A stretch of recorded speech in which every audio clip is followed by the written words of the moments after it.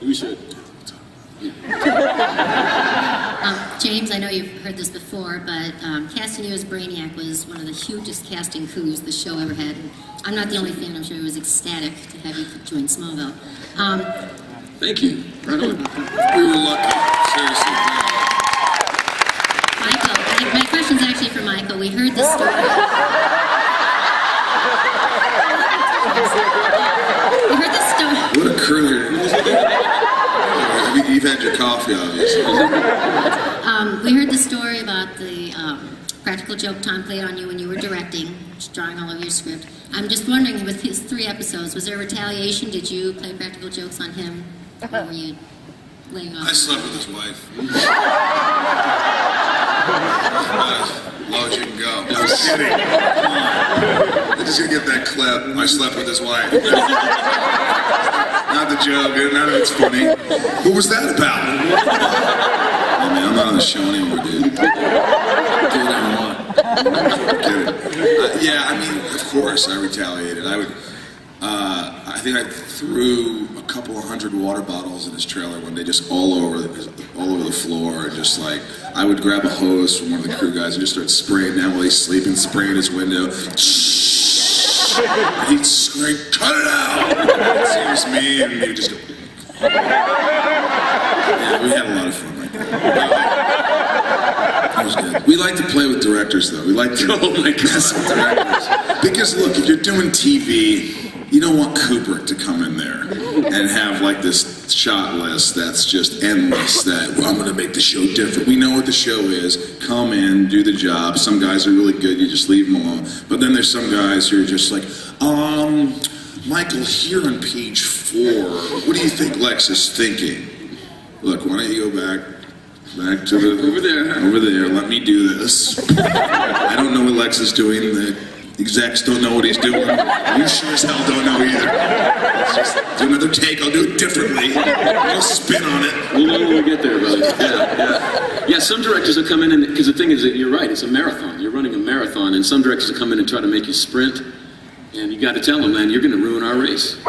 So, you know, it's not that we're lazy, we're just running a marathon. You just want to make the days are 15, 16-hour days, and the crew is tired. You just want to make the days, make it look good. Don't try to overcomplicate things, you know. Because then the magic, I find the magic happens when you're on, your schedule is tight, and you're not behind, you're not in the toilet or anything, and you're relaxed, and you're just kind of getting your shots. You start surprising each other just in the close-ups, just the little stuff, and then that's when you get quality television. Yeah, what happens, by the end of the day sometimes, they're so behind, because they were so slow in the beginning, right? You know what I'm saying? And all of a sudden you have an hour left. Oh, it's James's close-up. Oh, he'll be fine. We'll just do one take.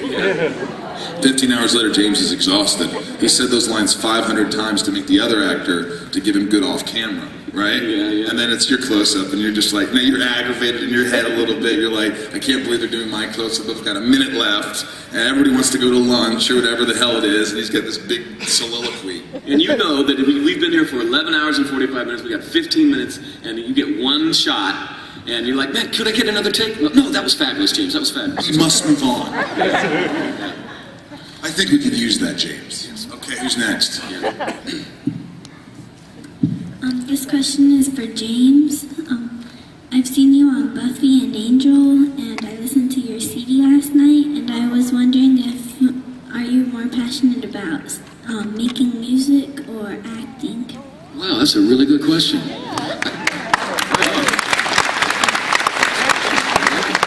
I think that me doing music is scarier for me, and I tend to like to do things that scare me.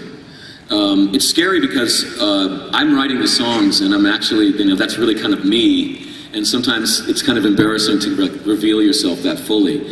Whereas, when I'm playing a robot or something, it's a lot safer. But it would depend on the project, Some projects, as an actor, I'm really passionate about, and some projects, I don't, I'm not quite as, not every project is like, oh my God, But I would say, yeah, I'm really terrified when I'm singing in front of an audience or when I'm recording or writing.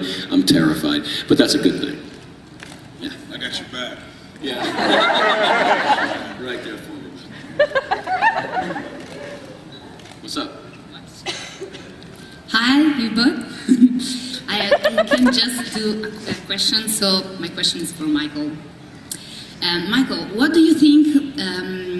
Do you think that when Lex killed his father, that helped him to release the fears and the obsession his father instilled in him growing up?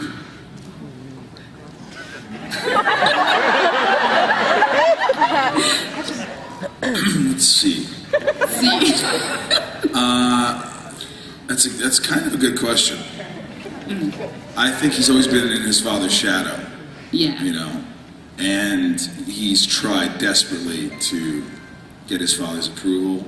So I think that was a moment where he just reached a point, the boiling point, where this is it, right? You know, and he just, there were so many times you were like, kill him. I mean, first season, remember when the column fell? I remember that.